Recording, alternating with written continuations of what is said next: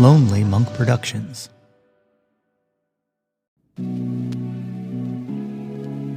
I don't know if y'all have heard Love You More by Dreamwife yet, but yo!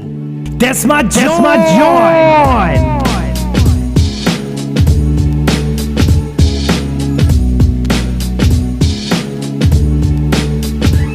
Hey yo, displace the guilt and... What's good, friends and family, neighbors near and far? Welcome to an all-new episode of the Yo, That's My Jawn podcast. The podcast, website, brand, movement, way of life dedicated to the embrace and championing of your passions. I am your host, Nate Runkle, a.k.a. Jonathan Taylor Thomas, a.k.a. Nate 3.0, back at it again with yet another episode of the podcast.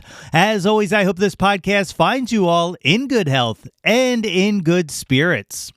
On today's episode, I get to chat with Frank Brown, formerly of the legendary Philly bands Flight of Mavis and Buzz Zeemer, and currently of Travel Lanes. He came on the show to discuss the new Buzz Zeemer release, Lost and Found, and so much more. And that is coming up in a minute. But first, hola, ¿cómo está, mi amigos? Hope you guys had a fine and productive time since last we spoke.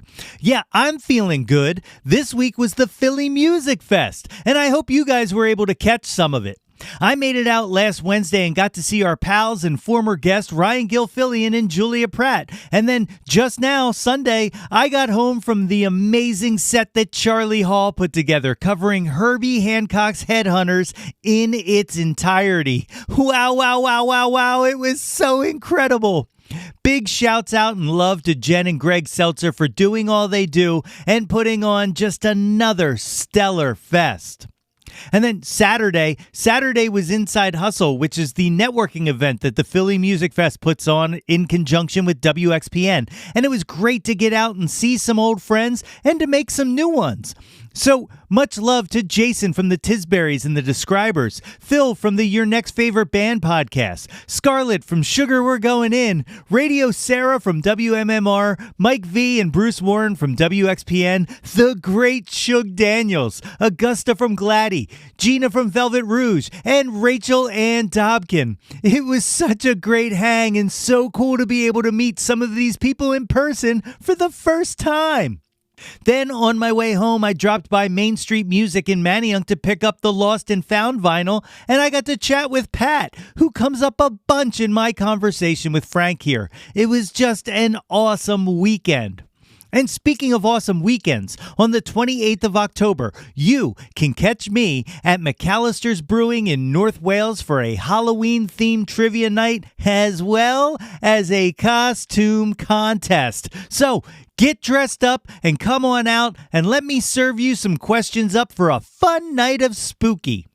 All right. Follow us on the socials at Yo That's My Jawn. Sign up for the mailing list at www.yothat'smyjawn.com and all that good gravy. We got one brief ad break and then we'll jump into my interview with Frank Brown.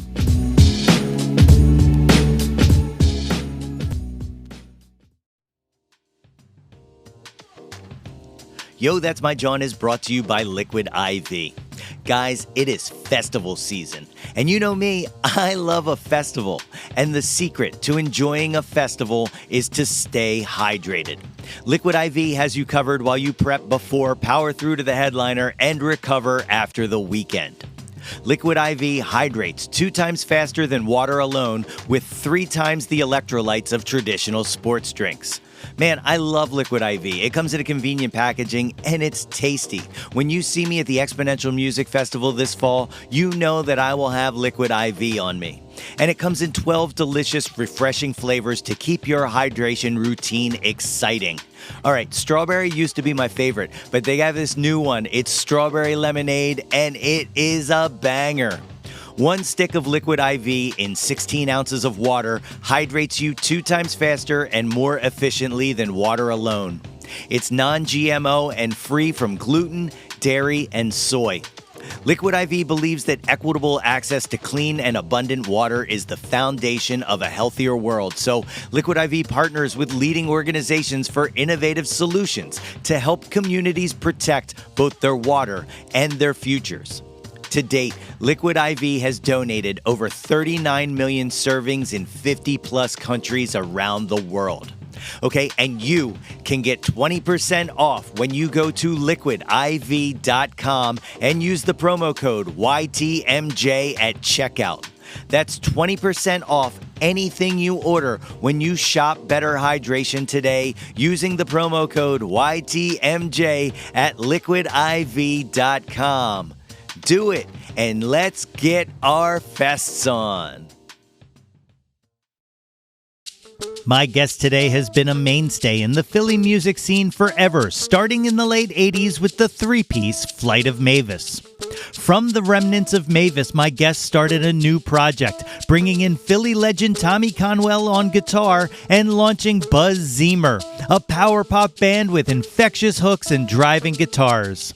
Unreleased tracks from the Buzz Zeemer project make up the latest release, Lost and Found, a collection of material recorded between 1993 and 1997 that has never seen the light of day until now. Folks, it is my honor to welcome to the show Frank Brown. Ladies and gentlemen, I am joined today by the great Frank Brown. Frank, thank you for joining me on Yo, That's My Jawn. Why, thank you. Nice to meet you, Nate.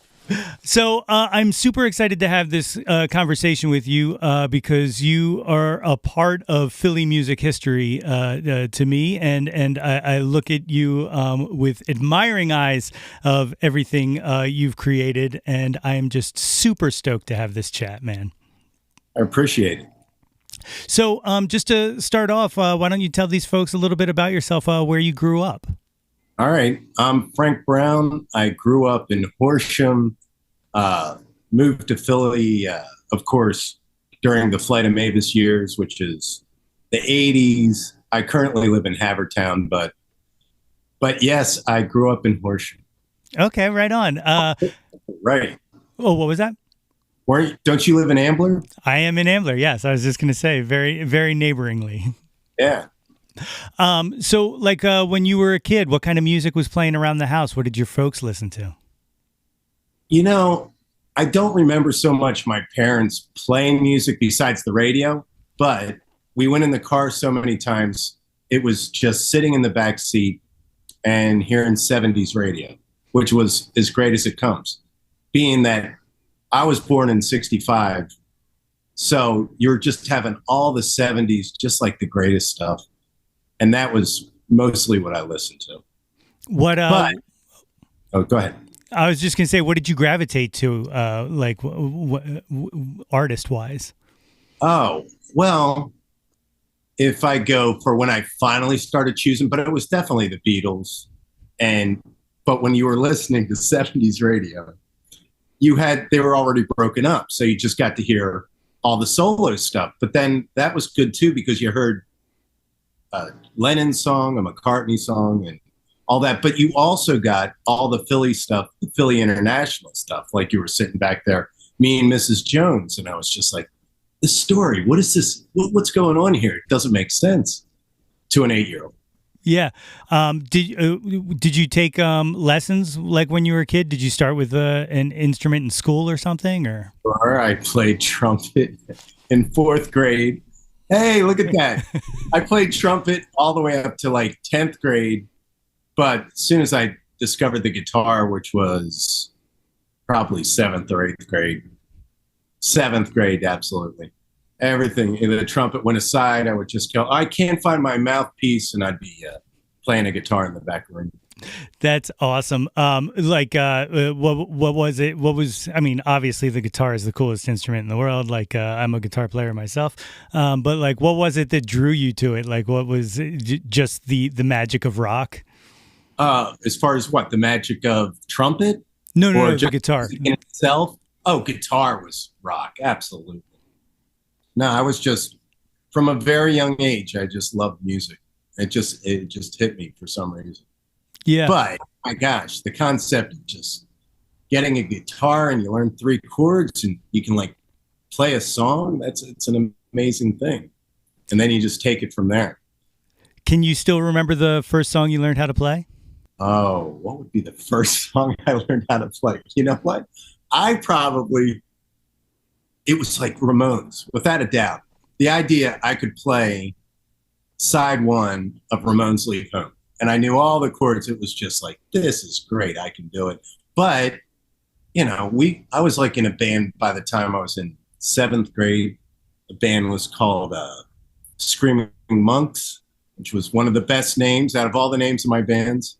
And we would play, and we got to do this in 8th, 9th grade. We'll still say that might have been the high point of the live performance that we played at our school. And we were playing Can't Explain all day, all the night. But we were also playing Blitzkrieg Bop, which was amazing to have that go over because most people didn't know that song. But, oh my gosh, it was a big moment. What was your entry point to the Ramones then? Because it seems a lot for a 7th grader. Oh my gosh. Well, the guy, Dave McElroy, who was in my band, he was my next door neighbor. And we made a bet because you didn't hear punk rock. You didn't hear it on the radio. So you had to go, all right, I'll buy a record if you buy a record. So he bought Ramones Rocket to Rush. And I still say, hearing Cretin Hop for the first time, I was just like, oh my gosh. It was just like, blew my mind. And I was stuck having to buy Elvis Costello. But then I got this year's model, and that blew my mind. It was just, it was such great music, and none of it was being played. Yeah, that's awesome to find out. What was your local record shop when you were a kid? Oh, Hatboro Music, Joe Solano. I spent much time just. My mom would have to go to the store around the corner, and I just walk in there. I'd be looking at his whole anything there. I couldn't afford anything, but you know that was where I went. I was going to say those are the things I miss, man. I miss record stores like that. Oh, well, let alone Record Cellars, the big record store in my life, let alone Main Street Music. That's another big record store. They're still there. Yeah. Oh, yeah, definite shout out to Main Street. Yeah, I love that store. Yeah, me too. So that first band, you were playing covers. When did you start kind of writing songs? Pretty close to that period of time. They were bad. But yeah, certainly, you know what? I remember a Gene Simmons interview, and he said you can write a song with 3 chords. So I go, all right, I can do that. So I started writing songs back then. But it was like, I knew they were not that good until I got to later in life where I was able to. It wasn't so serious. Some of those old songs where when you're trying to write like The Police, it's not good. I know it well. I got folders full of embarrassments like that of just. Me too. Yeah, they're behind me right there. Yeah. When did it start to click though? Writing songs, like when can you think of the first song you wrote that like you were like, oh, okay, this is a thing. Well, I had a song called "I'd Do Anything," which was from 12th grade, and we played that live, and it was good. But I know when it came to like my first band, Mavis, that I wrote a song called "Don't You Think," which was sort of humorous, and I just liked it because it just was a good pop song. And I said, this is the kind of songs I want to write. As opposed to taking yourself too seriously and you're just like, I'm not in the mood to do that. It's better with a band to have some fun. Yeah, when you start Flight of Mavis and all, like your hook sensibility is just like a fine tooth comb, man. I mean, like you just nail it. And so, like, what was kind of the inspiration for, like, what were you listening to that was kind of inspiring that? Well, that was all part of, you got the whole REM, Husker Du. All those bands, even though we don't sound as rock as that, perhaps, well, REM we do. But the record was supposed to sound that much louder. And then all of a sudden we got rid of all the loud guitars because they sounded horrible. And the record sounds what it sounds like because of that decision. But I was just trying to fit in with all those people, the Minutemen, Oh my gosh, it was such a great period of time. It really was. Like, I swear that, like, I say this a lot, but like the sound of jangly guitars, like, will never grow old to me. Like, it's of a time, but it's still the best music, you know? I can't figure this concept of time because I really think it's amazing how long this genre of music has lasted. Because there's only so many chords, but yet we're still trying to write that great 3-minute pop song. It's so true. You mentioned REM, and I gotta ask, any idea how the REM rumor got started about Flight of Mavis? You know your stuff. Yeah, that came because we had a publicist at the time who got something into page 6 of the New York Post, and we were playing CBGBs, and it said, "You must go see Flight of Mavis. They sound like REM, sort of." So then NME, a British magazine, talked about REM touring under pseudonyms. And they mentioned 3 names. And one of them was Flight of Mavis. So we get to Chapel Hill, North Carolina, and the pizza place next door had on their board, Flight of Mavis is REM. And we were just like, and the show's sold out. And we're just like, oh no, because they're coming to see REM, and then it's us. But it actually worked out really well. We were worried about it, but then the crowd was great with us. That's awesome. And the Reavers who we were opening for, they started to lose their patience a bit during their show, but sometimes it's good to be the opener. So you obviously able to turn fans and kind of catapult off of that too, as well, right? Well, we've always had to do that. It was just all the time, which is great. I always loved, when you had to play in front of a whole bunch of people who had no idea who you are, and then if you can get something happening, that's a great thing. It's a great accomplishment. We would do it a lot. It's awesome. The the EP came first. Is that right? Or do I have my dates right? Flight of Mavis is part. No, the full record came the full first. record. Okay. And it came sort of quick to others because we gave cassettes of 4 tracks we were making to the guys at Record Cellar, to Neil Drucker, Pat Feeny, and they really liked it, and that shocked us because we knew of course they had good taste. So they really started going, well, what do you think about having a record? And we're just like, oh my gosh, what a concept. And then, so we're not playing that long in Philadelphia. I think, 6 months to a year, and we had a record out, and it was shocking. And then the EP came after that. Yeah. Okay. So you guys were the first artists on Record Cellar then? Yeah. Mm-hmm. Oh, that's awesome. Yeah. It was that was a surprise. We just wanted to hear if they liked it. And it was more like a buddy of mine told Pat that, that guy Frank actually writes good songs. And so they liked it and took it from there. Did they ever say what it was, like, what their plan was, or was it just like, let's get that out there, like let's help you make that? Or well, yeah, the plan was, they were as much fans of music as we were, so they are sitting here in this record store selling all these independent records, and they know the scene that's happening, and they said, wow, we could be a part of it, and Neil put that record out. It's awesome. Like, I've often said that, like, a lot of these kind of boom towns, all they need is like one really good indie label, like. Sure, right. It's true. It's just that because they had Minneapolis. Oh, they got the Minneapolis scene. Athens. Oh my gosh, Athens. It's the hotbed and all that stuff. And it's true. And we had that. We were part of a scene here. We had like Nixon's Head. We had Electric Love Muffin, Napalm Sunday. There were just a lot of people. Yeah, the that scene, it's one of my great regrets is that I'm like 5 years too young to have truly enjoyed the scene when it was great. I got to see like the end of it, like, but right. It's all your age. It's wherever you are at that time. I can say I missed 5 years. So. Yeah. So like, you mentioned some of them, but, like what venues were like in the area where you guys kind of, were your regular spots? Well, it was, the beginning, as far as you had Philadelphia, you had Khyber Pass, you had Bacchanal, which was on like 13th and South. And that neighborhood was a lot different back then. And there was this place we used to play, this Jack Stretches, which was, I guess, around Spring Garden and what was it, 15th or something.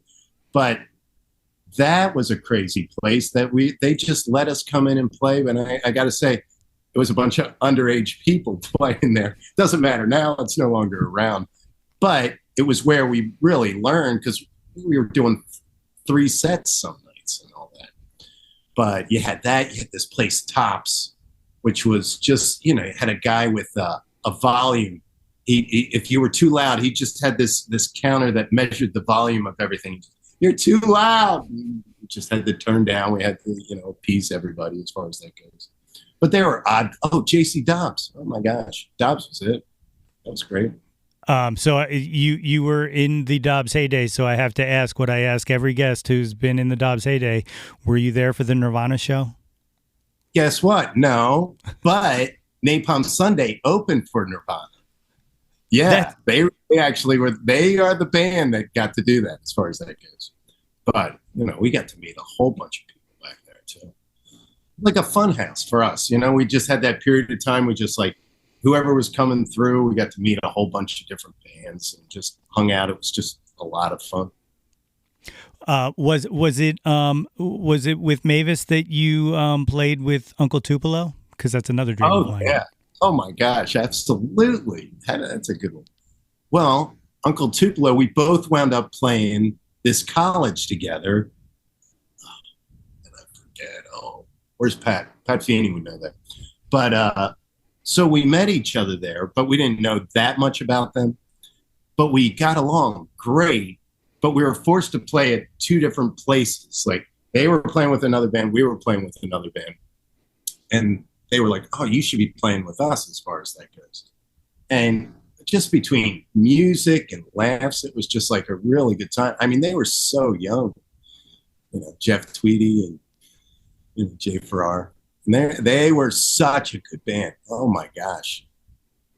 As a 3-piece too. Yeah, that's one of my North Stars is Uncle Tupelo, Wilco, Sunvolt. Like those are. Oh my gosh, absolutely. And it was to know them just in their infancy and to see what's become of them. It's pretty amazing. So I also have to ask Sinead O'Connor, who recently passed. You got to do a few dates with her, right, as support? That was shocking. We first opened this date in Maryland, one of those places like the Man, that size, which is the biggest place we played at the time. So, but we were only supposed to do that date, and we got done, and their tour manager goes, hey, we're going to see if we can come up with some more dates for you guys. So that was great. And we wound up doing like 7 or 8 dates, and it was something to see, you're just like, she was just at the top. That was her moment. And she was great every night, and she was like, I remember we played this like amusement park together, and she got dressed up as far as like wore a wig and all this so she could go on the rides and for nobody to know who she was as far as that goes. But that was a high mark for us. That was a lot of fun. Yeah, that's absolute tragedy with a loss there. Like, just what a immaculate talent. Yeah, it really was obvious, and I didn't know a lot about her at that time. But man, we watched every show, and you just were like, wow. I mean, she just took it, and it was just a spark. I don't know. And they had the guitarist, Marco Perroni. Do you know him? No. He played in Adam and the Ants. and any number of the beginning punk rock bands. And he treated us well, but I didn't know he was such a big deal until after we were done. I was like, oh my gosh. Well, we knew Adam and the Ants. That was about it. That's wild. So one other very random Flight of Mavis question I have to ask that I couldn't seem to find any answer to, which is how do you end up on the soundtrack to an Olsen Twins film? Yeah, right. How does that happen? Well, that was our publicist, Michael Pagnotta. And he was with us for a short period of time around Spools, as far as that goes.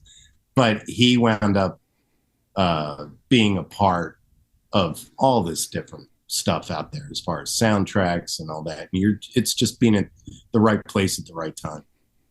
Yeah. That still is a shock. Yeah, it's like as I was doing my research when that popped up, I was like, oh, that's really out of left field. I did not expect that. Left field, and everyone goes, how does that happen? But there is a bit of, who you know and where they go, because you know them for a certain period of time. Some people go into great things.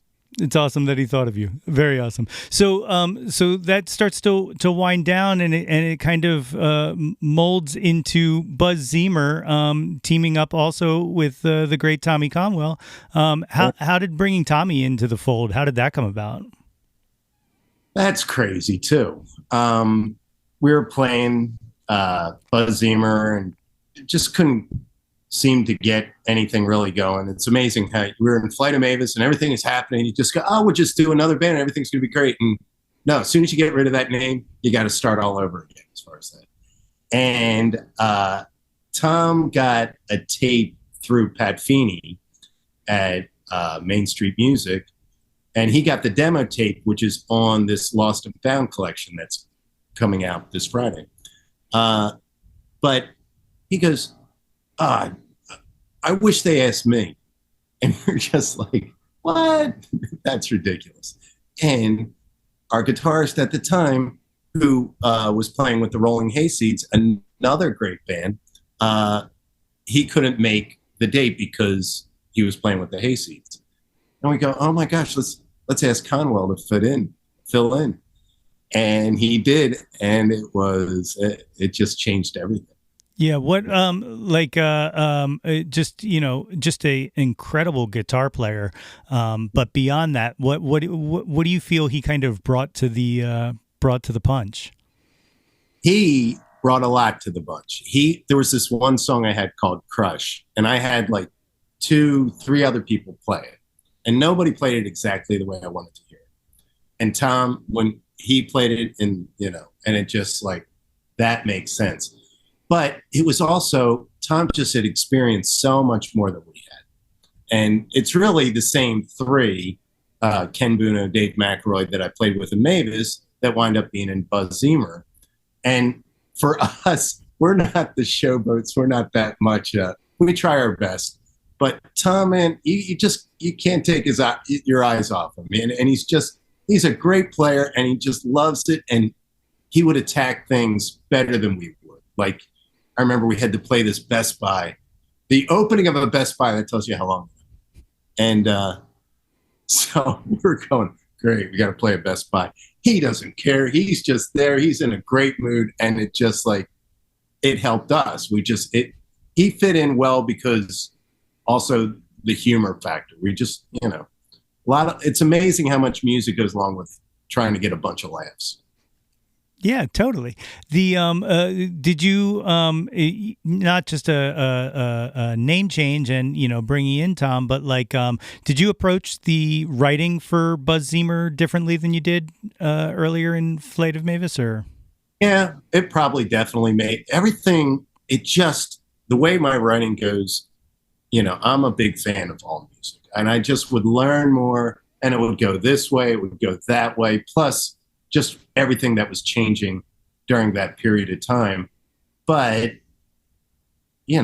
I definitely probably changed it a bit with him in mind and what he could do. But he also can do so much. I mean, he's still, like, if you listen to Buzz Zeemer stuff, it goes all around. It can be, country-ish. It could be rockish, it can be rock and rollish. It's just like he's able to do all that stuff, and that doesn't limit you, and you just get to just have fun. Yeah, I don't, and I think one of the things, like, I was spending some time watching the Live from the TLA that's still up on YouTube, and like, beyond being a great band and a great songwriter, and all of that being represented on tape, like, you guys sounded amazing live, like you could reproduce it well. Yeah, I'm really happy that exists. There's one thing to have somebody film it, but to actually play as well as we did while it was being filmed and it lives on, that's great. As opposed to, like, now, anyone can hold up their phone and it can live forever. You're just like, that was professionally done. The sound is great, and it was a good show.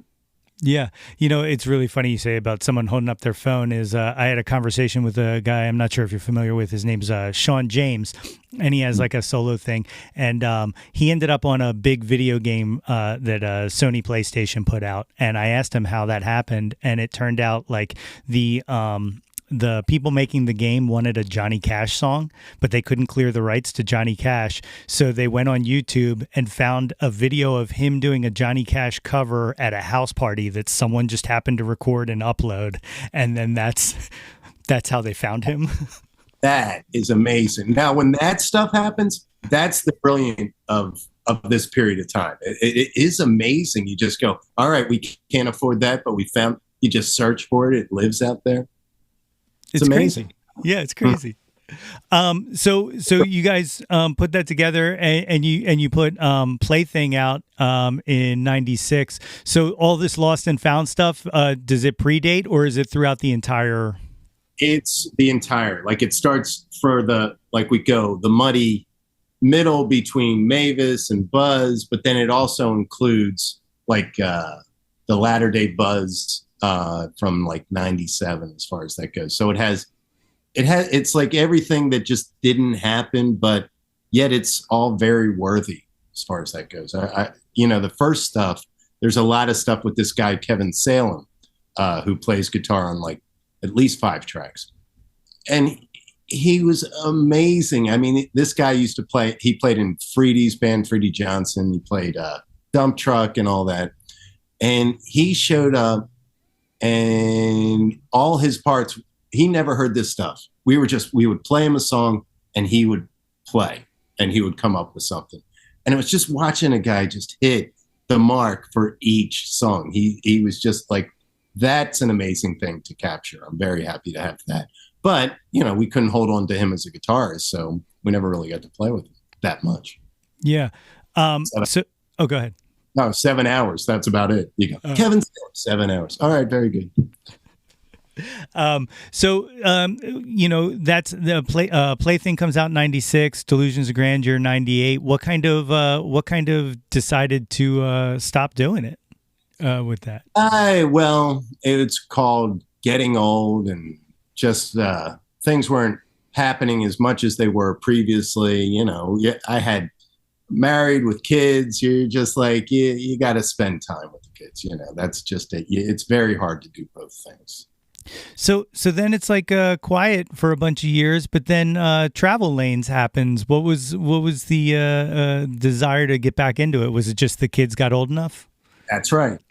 That's exactly it. All of a sudden you get to this point, well, I guess I'm not as needed as I used to be. And I still wrote songs during that period of time.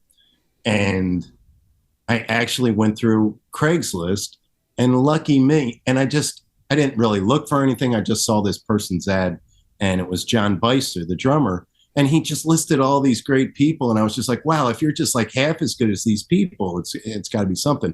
But I knew him previously. And so we just started putting something together then. So then that's like around 2013, somewhere around there, due to 2 albums within 2 years there, and then a little bit of a pause.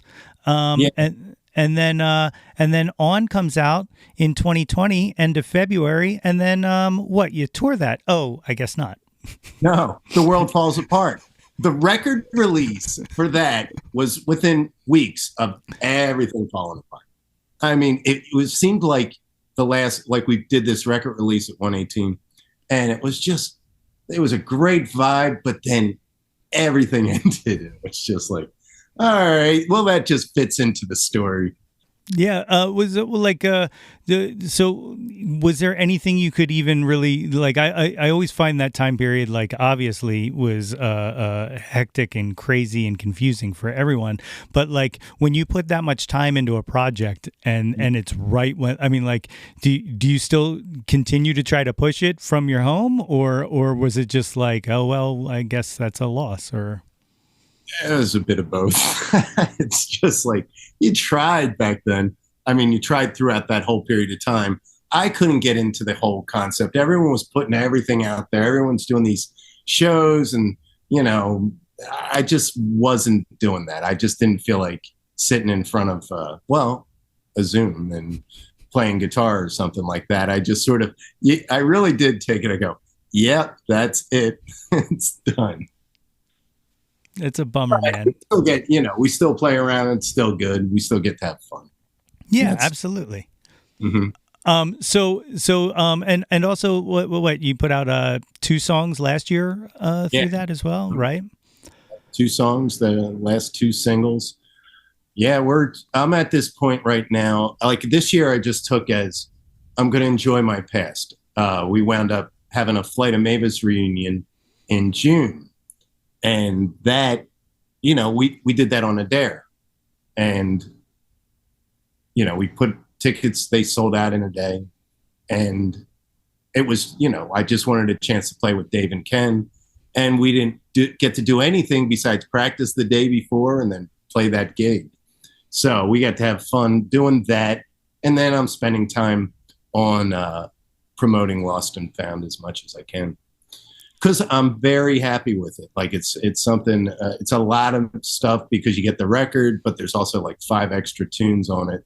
So it's like really cleaning out the closet. Yeah, I think I've heard 3 or 4 songs off of it so far, and it's absolutely incredible. And like, it doesn't sound like outtakes. Like it doesn't sound like, it sounds like just full material. Like, oh, I like that. Thank you. I appreciate that. That's, it's hard. I can dismiss stuff as easy as anybody, but there was something that was so valid about that stuff that it stuck around. And I always had it on an iPod and I would listen to it and I go, this stuff is just worthy and nobody's going to hear it because when you recorded back then, you didn't have the internet. You couldn't just go, well, I'm going to post these 4 songs. And so they just, lasted on cassettes and just files that were shared perhaps between us. What was the kickoff of the idea of putting the project together? Well, I was digitizing some of my cassettes and I found some stuff from early sessions. All of these sessions we did with Adam Red Glasses, who was just a great producer. Used to be in Queen Village. Some of this stuff is recorded in a basement, but you wouldn't know it. He just did, and that's some of the best sounding stuff. And so anyway, I was digitizing, and I came on to Come On If You Can, which is one of the first single that we actually released. And I sent it to Pat, but I really just sent it to go, listen to this. This is really good. And Pat just took it, and then he started hearing other stuff, and then he's the catalyst for having this all come together. I did not have any big vision of what I was going to do with this stuff. It was really just, wow, this stuff still exists. Maybe we could put it on Bandcamp or something like that. But Pat took it a step further and thought it was worthy enough. He wanted to be on vinyl and CDs and all that stuff. And I'm just like, I am so happy he decided to do that. Is this the first thing that Main Street Music is putting out? This is their very first release. Very first release. We wish them well, but they have other ideas of stuff too. I mean, Pat's a big, he just loves music, just crazy. And all the great people at Main Street Music, it's just been so helpful. Tyler, the Tisburys, he's been incredibly helpful. I appreciate it. I want Tyler to write a Philly pop music book, because there is no one who knows the pop history of this town as well as that man. Really, he has he knows the past as much. I'm telling you, there is such a history for Philadelphia. There really is, and like I said earlier, like you play a very important role in it. Revisiting all of this stuff, has it given you any idea or any thoughts of maybe trying to do another Buzz Zeemer project, or? I have no idea if that could happen. Like you have now, Dave lives in Virginia, Ken lives in Nashville. Tom is around here, but Tom's he doesn't have to worry about doing anything, and he just has to pick up his guitar, and he's Tommy Conwell. Where for us to do stuff, it's like a big to do, and I couldn't imagine that happening, but you never know. What about any plans for a one-off show or anything to support the? Not currently, no. I don't know how that's gonna go in any sort of way. Yeah. So Travel Lane still exists then? Is that still the dominant? Yeah, we got to play some dates like Haddon Heights, New Jersey, and then played Ardmore at that Rock and Ride just like the other weekend as far as that goes. But yeah, we'll be doing something. Very cool. Coming up currently as far as that goes. Our fall is just we got done all this summer stuff, and I'm going to do whatever I can to help with Lost and Found and take it from there. One of the things I always like to look at patterns and stuff like that. It's probably part ADHD and maybe a little touch on the spectrum or something. Who knows? But I like to identify patterns, and I noticed that you work very well in 2-year cycles. It seems like the Mavis album and EP were 2 years. The Buzz Zeemer project's 2 years. The early Travel Lanes 2 years. What's up with 2 years? I don't know. But that you are absolutely observant when it comes to that, because that's what it is. And I've been thinking, it's like, Travel Lanes had their burst for 2 years or something, but we've been together. Oh my gosh, what is it now? 10 years practically. That's 2 times than the other 2 bands combined. But, Flight of Mavis started, they were my high school band too. So we've been, as much as we were only together for 2-3 years as far as that, for doing that output, there was certainly a long period of time, playing Clash covers, Petty covers, Can you remember the first show you guys played as Flight of Mavis? Yeah, first show was Revival. How about Revival? I don't know if you remember that place. It was just it looked like a Roman. It just pillars outside. It was just this crazy place, and it was just. You walked in, you could do anything. It was a lot of fun. That was crazy.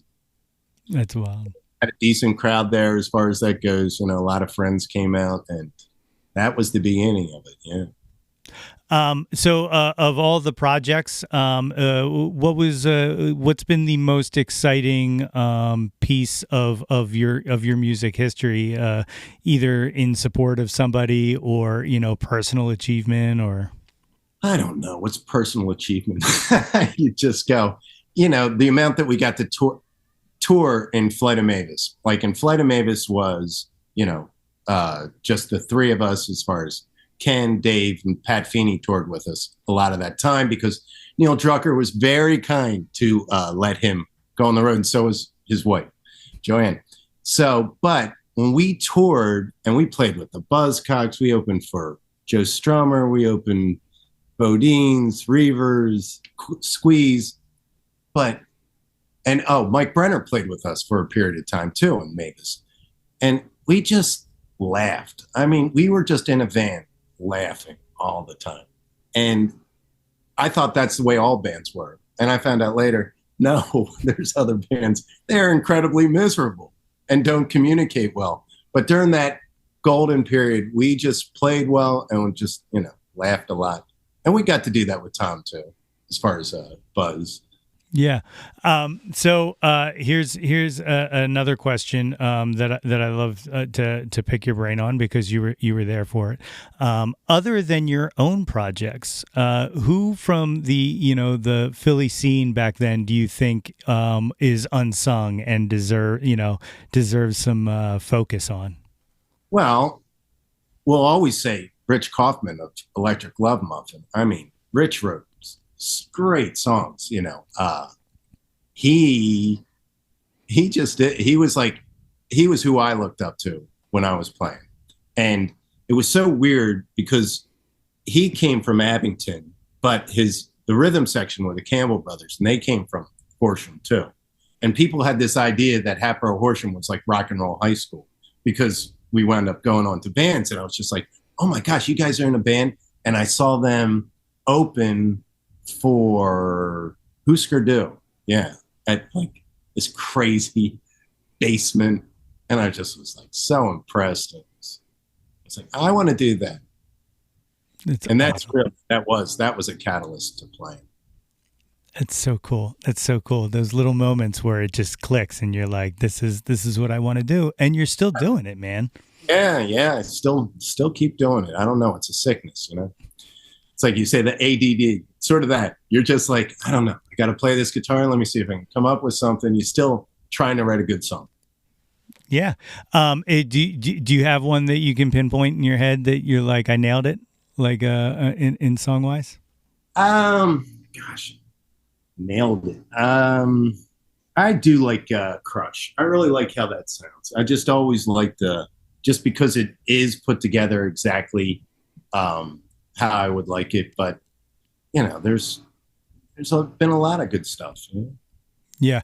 Do you I kind of forgot to mention this working through the projects, but do you enjoy studio work, or do you prefer live? Like, what's your depends. It depends. Like, I gotta say, recording with Adam Red Lazarus, like when we did these first songs that appear on this Lost and Found, we had recorded at K-Gym, is what that EP, the Flight of Mavis EP. And it was such a sterile environment. It was like, there weren't anything there. It was what you brought. That's what you got to play, and, oh, you want a keyboard? Well, you're going to have to rent the keyboard from us, but you can do that.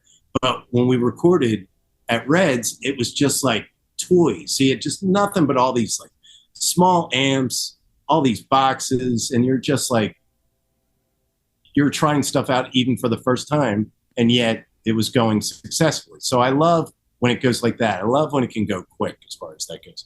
But when now it takes so long, it seems, to record, because you have everything and you have so many options. Before you used to do it, look, you're going to record this in 7 days. Whatever you do, you're going to have to live with it. Now you get to go, well, I want to change that. I want to change this. And you're just like, but I like playing live, and it's good too. Yeah. On the Lost and Found, did you guys re-record anything or overdub anything new, or is it all the original stuff? Everything is original mixes, except These Things has Mike Brenner playing lap steel. Okay, all right. He's one person who got to add something on top, and he did a great job. I was just going to say it's a good person to add some flavor. Oh my gosh, absolutely. He's a wealth of flavors. Well, we're working on putting this all together and all. What has it been like to kind of revisit? Essentially, it's like a time machine. Like, it's revisiting, these sessions. Oh, it is. It's been good because I enjoy it. I actually like listening to it, and it's so old.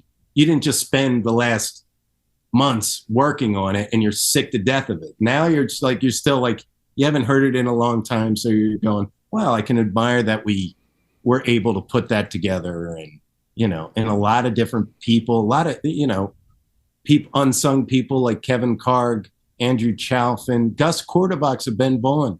And he plays on 2 songs. And it's just great to have all those Philly people all together on this thing. Oh yeah, it's just it's so cool, and it was really unexpected. I mean, Tyler sent it to me early, the first song, and I was just like, wait, we're doing this again? Because let's do it. Let's bring it back. Like this is amazing. I appreciate that. That's great. He was so right to send it to you. That's excellent. He knows my sensibility well. Yeah. Well, we got to find at least I don't know how many more people with your sensibility. Oh, they're out there. They're out there. What has the reaction been like? Like, because I know you have a strong fan base in this area. Like, there are people, like you said, that Flight of Mavis reunion show sold out in a day, right? Like, that was like. Mm-hmm. That was something to be able to go back and deal with that and play those songs, because I haven't played those things in so long as far as that goes, and to get that excitement. It's great. It's fun. You get that little timepiece to go back and go, hey, that was a lot of fun. That's cool. I'm really. I'm so glad you guys are getting to kind of do this, because a lot of times things go away and then you just kind of forget about them and stuff like that, just to I'm because of being the music nerd I am, I've always loved like B-sides and unreleased stuff and live cuts and alternate takes. So this is amazing, and I'm so glad that you're presented with the opportunity to be able to put a project like this together. Yeah, I appreciate it. I'm very thankful for Pat to get this idea that it's a sickness for him too. I mean, it's just like it was our whole period of time, doing things. It's been a lot of fun. That's so cool. At this time, you want to go through my little questionnaire that closes out all of these? It's called the Jawntlet. I'll give it a try. Yeah, I looked at that. I'm like, all right, here we go. It starts with the one-hit wonders. First one, Billy Joel or Elton John? Who do you prefer? Easy. Absolutely. Yeah. I'm not the biggest Joel guy, but I love early Elton John. Sure. Awesome. Debbie Harry or Joan Jett? That's tough, but I think it would be Debbie Harry. Yeah. Okay. Aretha Franklin or Tina Turner? Aretha Franklin is untouchable. But so is Tina. Tina Turner was amazing too. But gosh, the songs of Aretha and that voice. Eesh. Definitely. Nirvana or Pearl Jam? Nirvana, easy. My Pearl Jam knowledge is so non-existent. So is much of 90s music. I don't know. But Nirvana, oh my gosh, that jumped out. That's cool. One thing I gotta jump back real quick. So one of the things that Spotify said, they do like those similar artists and all, and it had Miracle Legion listed for you guys, and I was like, oh my god, that would be like my dream build. Did you guys ever play with Miracle Legion at all, or? Yeah. Oh my gosh, they were great. We played with them at Dobbs. Oh god. Oh my gosh, they were, and he was so nutty. Mark Mulcahy, who I actually got to sing background vocals with on a Matt Keating record. That was a moment for me. It's like, oh my god, that's Mark Mulcahy, and we're singing on the same mic here. All right. They're another one, much like you guys, who are just, I feel like, so underappreciated, like just beautiful songs. I am. Yeah, I'm a huge fan. I still listen to them a lot. I used to drive to our shows singing along to them, because it was a great way to warm my voice up. And I just, gosh, such good stuff. Killer. I love it. Next one, Janis Joplin or Stevie Nicks? Stevie Nicks. Easy. I don't know. That's enough. Enough said. I love it. The big one, the cliche one, the Beatles or the Stones? You know what? No, there's no reason. There's no reason to choose. No, they're both to be enjoyed. And I do. I really do. But, the Beatles were the first ones, but I love the Stones too. Yeah. Did you hear the new Stones song that just came out today? Yeah, I did. I don't know. There you go. A friend of mine said it perfectly. He was like, of all the songs they've written in the past, however many years, the best ones on the album are always the ballads. So why would they go with this? And I was like, because they have to pretend to rock. Like this is always do. Yeah, but that last record they did, Original, had that Rough Justice as their first song. And that was a great song. I like that song. But this Damn. one just made, all right, I get it. I see where it's going. Yeah. Yeah, no doubt, no doubt. No disrespect to the Stones either. Still doing it. Not at all. It's incredibly. Actually, Dave told me yesterday, Dave McElroy, who played with us, and he goes, yeah, you hear the Stones are coming out. And I'm like, yeah. He goes, why? I'm just like, why not? Yeah. Hey, it's in their blood, man. They can't stop. Yeah. And they were halfway through something, so they go, this is it. There's not going to be anything after this besides all the extra stuff that's out there. Yeah. Yeah, definitely. The last one, Bohemian Rhapsody or Stairway to Heaven? Bohemian knocked you out. My gosh, I remember that on a 45 and just being, wow, this is just otherworldly. And I just was so tired of Stairway to Heaven so early. Yeah. But it's not awful. I'm not saying that, but yeah. It's true. It's so true. The second half of this is the top 10 countdown. Of course, we use Jawn to be whatever we want it to be. So it doesn't have to be music. It can be anything you want. But I was wondering about that. And I go, all right, what is he asking exactly? All right, there you go. Yes, anything you want it to be. So number one, the first Jawn, what was the first thing you were obsessed with when you were a kid? First thing, again, it was no doubt music. That was my first obsession. Easy. By the time, 5, I was singing songs off the radio. How Do You Do by Mouth and McNeil. There you go. All right. All right. Can you remember the first album you bought with your own money? Yeah. Jim Croce, You Don't Mess Around with Jim. Heck yeah. I bought it. Where the heck was that? It was at that mall, Blair Mill Village Mall. It's a lot of money, but yeah. It's awesome. Number 2, what's your current Jawn? What are you into right now? What am I into now? It's not much different. I must say. I just really, I teach, and when you're looking for a little something to relax to, I still, enjoy music, enjoy comedy, Yeah. What do you teach? 4th grade. Nice. Darby, yes. Very cool. Very cool. Do any of your students know of your rock star past or current? No, not really. But one time I had to pull a guitar out for something we were doing for a PSSA rally, and I had a father come up and say, "You're the guy who plays guitar." And I'm like, "How do you know that? That's something." But the kids now, they could care less. I'm surprised their Googles didn't lend them. No, they really, you keep thinking that they're going to do that. They really don't. They got so many other things to do. The last thing they got to do is worry about me. It's awesome. Number 3, what was your first concert? What was the first live show you saw? Well, I'd like to lie and say it was the Kiss Alive 2 tour, but it was actually Tom Jones with my parents. Nice. Where at? Valley Forge Music Fair. But no, that's what my parents had. They had a lot of Tom Jones records, and there's a lot of good Tom Jones stuff. Yeah. Tom Jones, I will say, I don't want to say I'm a big fan. I very much enjoy some Tom Jones, but I will say the worst cover of Yesterday I've ever heard in my life. Oh, is it really? I never heard that, and I heard a lot of Tom Jones. Wow. Is that a recent one or is that old? No, it was old. It's so overblown. Like he does it like a full on, like he's like peak Tom Jones in it. And it's just. Oh, really? He goes for it? Yeah. Wow. Yeah. I'm going to have to look that up. Yeah. Check that out. Number 4, what was the last concert you saw? I was asking my wife, and it's been a long time. I'll tell you. I guess it was Kurt Weill and the Feelies opened up. It was great. And that was at the Met, and that was pre-COVID.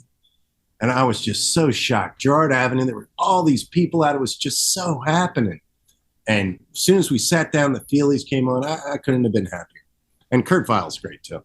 Incredible. That venue took me by complete surprise because I knew it had been there, and I hadn't been to a show there. I forget what the first show I went to, but like I was like, wait, we cleaned all this up? Like I was like so surprised by just how amazing it is. That's how I was. My jaw was. I was just like, what is this? This is ridiculous. But Yeah. that's what everything that Philadelphia is. And it's still not back to what it was before, but I still have hope. Yeah, absolutely. Number 5, what was your favorite concert? What was the best live show you ever saw? Favorite concert is so hard because I saw so many great people.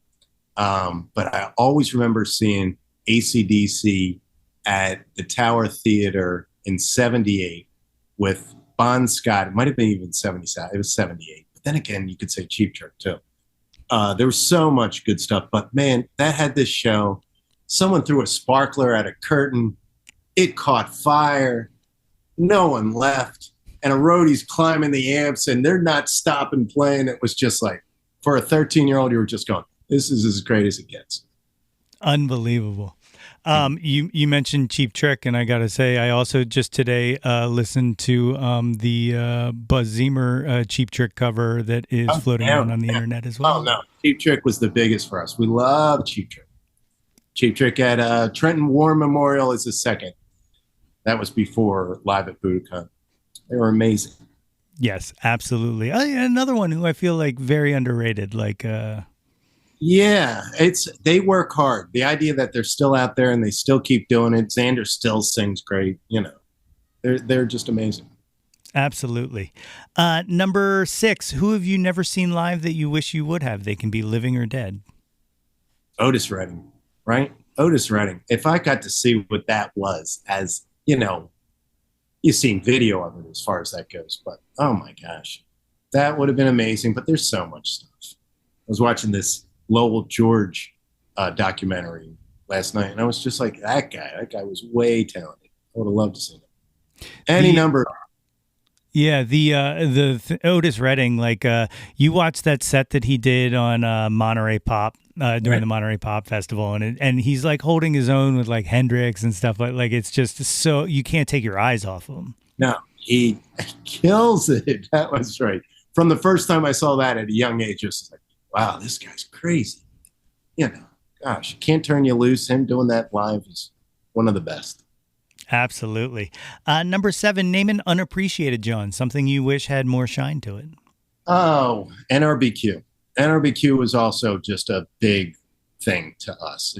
We love that band. You got to see him in a club. You got to see him in Chestnut Cabaret. Terry Adams is just a genius. And without a doubt, one of my heroes. Hey, but then you could say the same for the Replacements. They're in the same, they had that whole 90s period of time. They had all that grunge and whatever. What we liked was the Replacements and NRBQ. That was what mattered to us. Did you ever get to play with either? Yeah. Well, we got to play with NRBQ many times, and Replacements, no, we didn't play, but I had Tommy Stinson slept over my house, and Slim stayed over our house, who was just the ultimate house guest. He was such a nice guy. That's so cool. I just saw Tommy back in June or July doing a solo acoustic opening for Nicole Atkins, and man, he still has it. Yeah, gosh, yeah. I saw some recent stuff too. His voice sounds great. Yeah, I actually watch me plug myself. If you go to my YouTube channel, I put up his Match Made in Hell from that show, and it's stellar. Wow, I gotta check that out. I'll send you the link. Cool. Number 8, what's your favorite album? That's another one. There's no reason to pick a favorite album. You can't do it. You can't. There's no way. It all depends on whatever the day, the hour. Because there's just so many you can just put on. You go, oh my gosh, that thing, it's just utterly perfect. But there's many of them. That's fair. There you go. I understand. I've said it a few times. It's a shit question. I know. Yeah. I don't mean to say that. I just do. Everyone's so obsessed with lists. I'm just like, who cares? Who cares? It's just, there's no reason. Enjoy it all. 100%. I totally agree. Even though it's my question. Number 9, name an artist whose output you'll consume anything they release. Who do I get anything they release? I'm just even looking around. Who do I get anything? Oh my gosh. Pretty much, but a lot of them have been around too long. So, like you're saying about the Stones. Well, sure, I'm interested in everything that comes out, But am I weighted with bated breath? Not so much as far as that goes. And, Beach Boys, they have so much great stuff, but you're not going, oh my gosh, I can't wait for a new Brian Wilson record or anything like that. So I do have collections, but I don't think I'm waiting for anything, actually. I don't know. That's fair. It always gets to a certain point, it's sort of like you were talking my 2 years thing. There's a lot of groups that have their 4 records that are just great. Yeah. Well, I mean, it's true. Like, I feel like there's a certain period of time where you're just locked in and like, like there aren't distractions. Like that's your thing. And then once expectation and stuff starts creeping in and. That's exactly it. That's it. But boy, is it great when all of a sudden you go, oh my gosh, I got a new record from my favorite artist and I get to put it on. Oh my gosh. Yeah. There's your music geekdom. Yeah. It's so true. There's also the fear that first time you hear something from your favorite artist that doesn't hit, and you're just like, oh, okay, maybe it's me. That's right. You're just going, when you have your skeletons and stuff. I always say, they had the Kiss Dynasty record was like finding out there's no Santa Claus. It was just like, this just is awful, and I know it's awful. No recovery. I have to tell you, and I'm pretty sure I've told this on this podcast before, but Gene Simmons hit on my wife in front of me at a comic book convention. Oh, way. Oh, my gosh. Congratulations. Yeah. Yeah. So now every time, and I was like a huge Kiss fan when I was a little kid, and also like it was just like one of those moments where like I don't know how to feel right now. That's right. Oh my gosh, that's a great moment. Yeah, he looked her up and down from head to toe, and he was like, "I like this," and I was like, "What the fuck, man?" Like, that's amazing. Oh my gosh, he is a class act, isn't he? Yeah, the best. Yes, the best. Oh my god. Number 10, the last one of the top 10 countdown. What is your favorite Jawn of all time? My family. Take that. It's the truth. It's the greatest. That's the best. Absolutely. The best thing was finding out when you had kids, you go, oh, I don't have to think about myself so much. Oh, it's the best. How many kids? 2 kids, 2 boys. Very cool. Do they play? No. And I could care. I never was a big person pushing them into anything because there was so much I like that I had the choice, to do whatever I wanted, but I was never like, hey, play guitar with your father. There was maybe a certain period of time they picked it up, but neither one really, got into it so much. They're gamers. Okay, that's cool. Hey, look, that's the new rock star, man. Like that's what it is. That's what I mean. That's the modern thing. What we had all this stuff as far as music. We did our games. We had Pong. That was it. Yeah, I mean, like I look at Oh, go ahead. Sorry. Oh, sorry. And Mattel football. Oh yes, definitely. But yeah, I look at like some of these streamers and like the amount of people that watch their stuff and the amount of money they're making. I'm just like, you're bigger than any band I like right now. Exactly. There you go. That's it. Mm-hmm. It's so true. This is actually going to be in the future, so I'm going to speak about Friday as if it's the past. So Lost and Found came out on September 8th. Tell these good folks where they can track a copy down. Oh, absolutely. Go to Main Street Music and pick up your copy there. That is the best way to get a hold of this, but there's ways to get it through Bandcamp. There's ways to get it in any number of places out there. It's going to be available all over. And, as the singles are already streaming, actually, I'm not even sure because I haven't checked. I can't look back to see if the whole record is streaming at this point. I'm not sure if we're holding off on that, but I would go get the vinyl. That's what I'd do. I'd go right to Main Street and go, I demand my vinyl. Absolutely. And 2 different variants on the vinyl, including the beautiful red one, which I myself will be ordering because it looks fucking nice, man. Yes, it is. It is. I got the red one myself. I'm so happy with it. Every time I pull it out, I am happy with it. I'm happy with the cover, which is something in itself. There's many covers that I look at and I go, oh no, but that one it makes sense. It's cool. Was any of the Mavis stuff or any of the earlier Buzz Zeemer stuff on vinyl? Yeah, the first Flight of Mavis was vinyl. Yeah, that was vinyl in its infancy. It's not the return vinyl, is it? I think we still have a box of it, so I don't think we have to re-release it or anything. That's cool. So what was it like, kind of, you said you were listening to these songs on iPods. How did it feel the first time you dropped the needle on it? Like, that had to have sounded great. That was great. That is a really cool moment as far as that goes. Like anything, because, we're vinyl heads, and I'd never imagined those songs being on vinyl. I was just like, this is great, let alone to have it as this whole collection. It's super cool, and I'm so glad you're getting to put this out, and I'm so glad that you took the time to come talk to me today about the project. Frank, thank you so much, not just for doing this show and all that, but for creating incredible art and for being such an enormous part of this music scene in this area and creating music that I love. So thank you. Thank you so much, Nate, and thank you for helping to get the word out. My many thanks again to Frank for joining me on the show today. The Buzz Zeemer release, Lost and Found, is available now on all streaming services and is available on vinyl through their Bandcamp at buzzzeemer.bandcamp.com and in-store at Main Street Music in Manayunk. Links to all of those are in the show notes.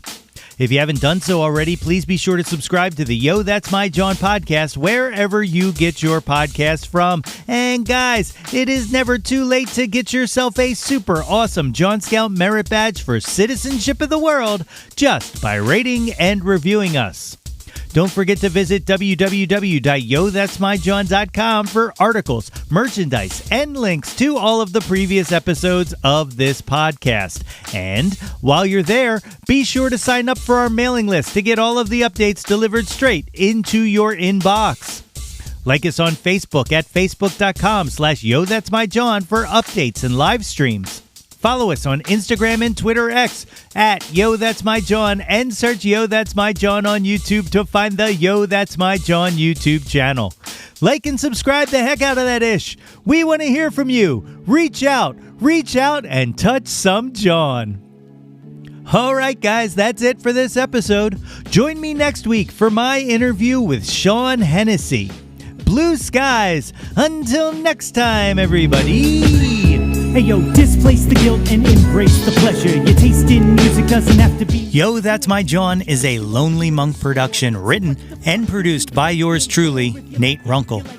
Theme song by Phil Tyler Music featuring Nate 3.0. Special thanks to Fox Run Brands, DX Ferris, Andrew Scott, Natalie Runkle, and the incredibly brilliant and wickedly stunning Katie Daubney. If you or anyone you know has any ideas they would like to share or any guests they would like to hear on the podcast, please feel free to reach out to us at yothat'smyjawn@gmail.com.